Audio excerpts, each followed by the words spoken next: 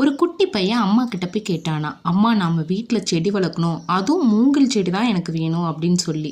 அம்மாவும் மூங்கில் மரமா, சரி மூங்கில் மரமே வளர்க்கலாம், மூங்கில் மரத்தை பற்றி உனக்கு ஏதாவது தெரியுமா அப்படின்னு சொல்லி குட்டி பையன்கிட்ட கேட்டாங்களாம். அதுக்கு குட்டி பையன் எனக்கு தெரியாதுமா, ஆனால் அதுதான் இருக்கிறதுலே பெரிய மரம் மாதிரி அழகாக இருக்குது, எனக்கு அதுதான் வேணும் அப்படின்னு சொல்லி கேட்டிருக்கான். சரின்னு சொல்லி அம்மாவும் மூங்கில் மரத்தோட ஒரு கதையை சொன்னாங்களாம்.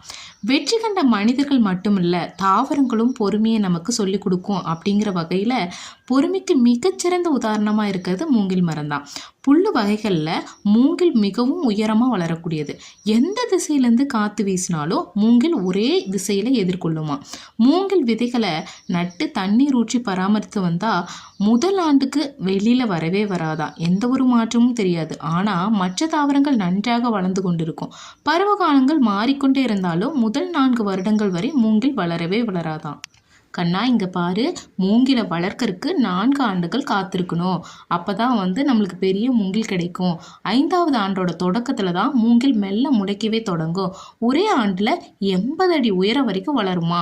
அம்மா எனக்கு ஒரு சந்தேகம், எப்படி இது 4 வருஷமாக வளராமல் 5ஆவது ஆண்டு 80 அடி உயரம் எப்படி வளர முடியும் அப்படின்னு சொல்லி குட்டி பையன் கேட்குறான். அதுக்கு ஆச்சரியமாக இருக்குல்ல. இதுக்கெல்லாம் காரணம் மூங்கிலோட பொறுமையும் அது தன் வேர்கள் மீது கொண்ட நம்பிக்கையும் தான். முதல் 4 ஆண்டுகளில் பூமிக்கு வெளியில் மூங்கில் வளரவே வளராது. பூமிக்கு உள்ளேயே தனது அடித்தளத்தை மிகவும் வலிமையாக வச்சிருக்குமா. விதை விதைச்சதுமே தண்ணீர் ஊற்றியதும் சட்டென வளர்ந்துட்டா இதனோட உயரத்தை வேர்களால் தாங்க முடியாது. அதனால தான் வேர்களை முதல்ல பலப்படுத்திட்டு வேர்கள் பலமானதோ இனி எவ்வளோ உயரம் வேணால் வளரலாம், நான் என்னால் தாங்க முடியும் அப்படின்னு சொல்லி வேர்கள் பிடிமானத்தை பூமிக்குள்ளே இறக்குமா.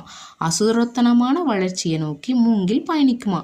4 ஆண்டுகள் பொறுமை காத்ததால் தான் 5ஆவது ஆண்டில் மூங்கிலோட வெற்றி நிச்சயமாகுது. இந்த பொறுமை தான் மூங்கிலை தடம் புரளாமல் பாதுகாக்குது. இங்கே பாரு குட்டி பையா, பொறுமையாக இருக்கிறது ஒரு தவம். இந்த தவத்தை பின்பற்றிய மூங்கிலை பொறுமைக்கு மிகச்சிறந்த உதாரணமாக கூறுவதில் தவறே கிடையாது.